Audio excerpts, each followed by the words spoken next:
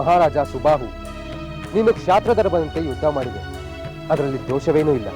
ಯಾರ ಮೇಲೆ ಯುದ್ಧ? ಶತ್ರುಗಳ ಮೇಲಲ್ಲ. ಧರ್ಮಮೂರ್ತಿಯಾದ ಶ್ರೀರಾಮಚಂದ್ರನ ಮೇಲೆ ಯುದ್ಧ ಮಾಡಿದ್ದು ಕ್ಷಾತ್ರ ಧರ್ಮವಲ್ಲ ಶತ್ರುಘ್ನ, ಅದು ನೀಚ ಕರ್ಮ. ನಿನ್ನನ್ನು ನೀನು ನಿಂದಿಸಿಕೊಳ್ಳಬೇಡ ಸುಬಾಹು ಮಹಾರಾಜ, ಎಲ್ಲವೂ ಸುಖಾಂತವಾಯಿತಲ್ಲ. ಅದೇ ಸಮಾಧಾನ. ಶತ್ರುಘ್ನ, ನನ್ನ ರಾಜ್ಯ ಕೋಶಗಳನ್ನೆಲ್ಲ ಒಪ್ಪಿಸಿಕೊಡು. ಮಹಾರಾಜ ಸುಬಾಹು, ನಿಮ್ಮ ರಾಜ್ಯ ನಿಮ್ಮದೇ, ಅದನ್ನ ನಿಮ್ಮ ಪುತ್ರ ದಮನ ನೋಡಿಕೊಳ್ಳಲಿ. ಈಗ ನೀವು ನಮ್ಮ ಯಾಗದ ಕುದುರೆಯನ್ನು ಹಿಂಬಾಲಿಸಲು ಸಿದ್ಧರಾಗಿ. ಅದಕ್ಕಿಂತ ಮಹಾಭಾಗ್ಯ ಬೇರೆ ಏನಿದೆ ಶತ್ರುಘ್ನ? ನನ್ನ ಪುತ್ರ ಚಿತ್ರಾಂಗನಿಗೆ ಸಂಸ್ಕಾರ ಮಾಡಿ, ದಮನನಿಗೆ ಪಟ್ಟಾಭಿಷೇಕ ಮಾಡಿ ರಾಮ ಸೇವೆಗೆ ಬಂದು ಬಿಡುತ್ತೇನೆ. ಹಾಗೆ ಆಗಲಿ. ನೀವು ನಿಮ್ಮ ಕರ್ತವ್ಯವನ್ನು ಪೂರೈಸಿ ಹೊರಟು ಬನ್ನಿ.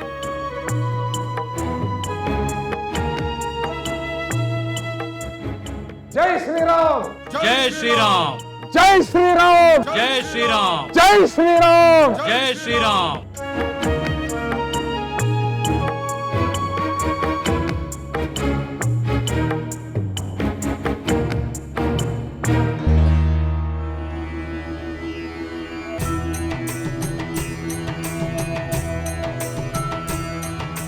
ಶ್ರೀರಾಮನ ಮಹಿಮೆಯ ಹೇಳುವೆವು, ಸದ್ಗುಣಗಳ ಹಿರಿಮೆಯ ಸಾರುವೆವು. ಶ್ರೀರಾಮನ ಮಹಿಮೆಯ ಹೇಳುವೆವು, ಸಕಲ ಸುಜನರು ಆರಾಧಿಸುವ ಶ್ರೀರಾಮನ ಗುಣಗಳ ಹಾಡುವೆವು. ಶ್ರೀರಾಮನ ಮಹಿಮೆಯ ಹೇಳುವೆವು.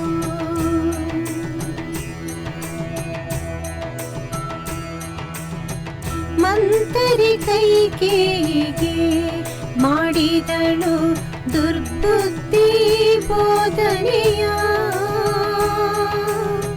ಶ್ರೀರಾಮಗೆ ಪಟ್ಟವ ತಪ್ಪಿಸಲು ಹೇಳಲು ಹಳೆಯ ಸಂಗತಿಯ.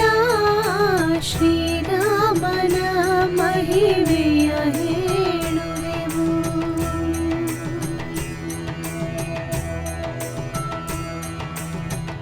ಎಂದೋ ಮಾಡಿದ ಕೈಕೇಯಿ ಸಹಾಯಕ್ಕೆ ದಶರಥ ವರವನು ಕೊಡಬೇಕು.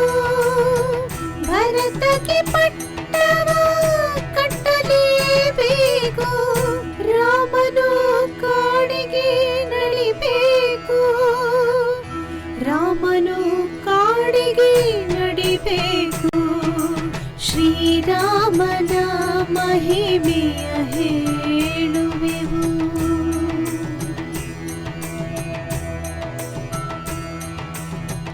ಮಂಥರಿ ಮಾತನು ಕೇಳಿದ ಕೈಕೇಯಿ ಮನದಿಂಗಿತ ರಾಜಗೆ ಹೇಳಿದಳು.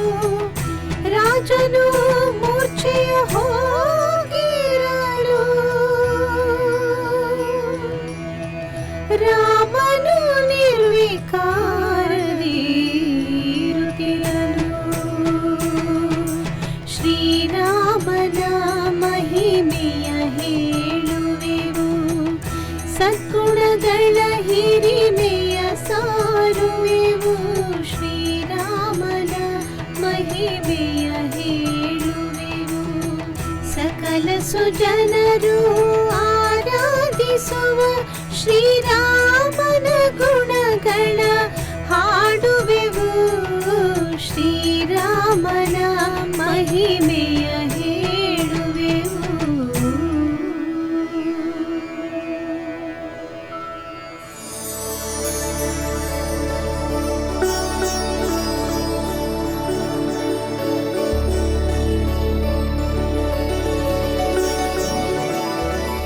ನಿಮ್ಮ ಮಾತು ನಿಜ. ಈ ಮಕ್ಕಳದು ದೈವಿಕ ಗಾನ. ಇವರು ಹಾಡುತ್ತಿದ್ದರೆ ನಮ್ಮ ಪ್ರಭು ಶ್ರೀರಾಮಚಂದ್ರನ ಮಹಿಮೆ ಕಣ್ಣಿಗೆ ಕಟ್ಟಿದಂತಾಗುತ್ತದೆ.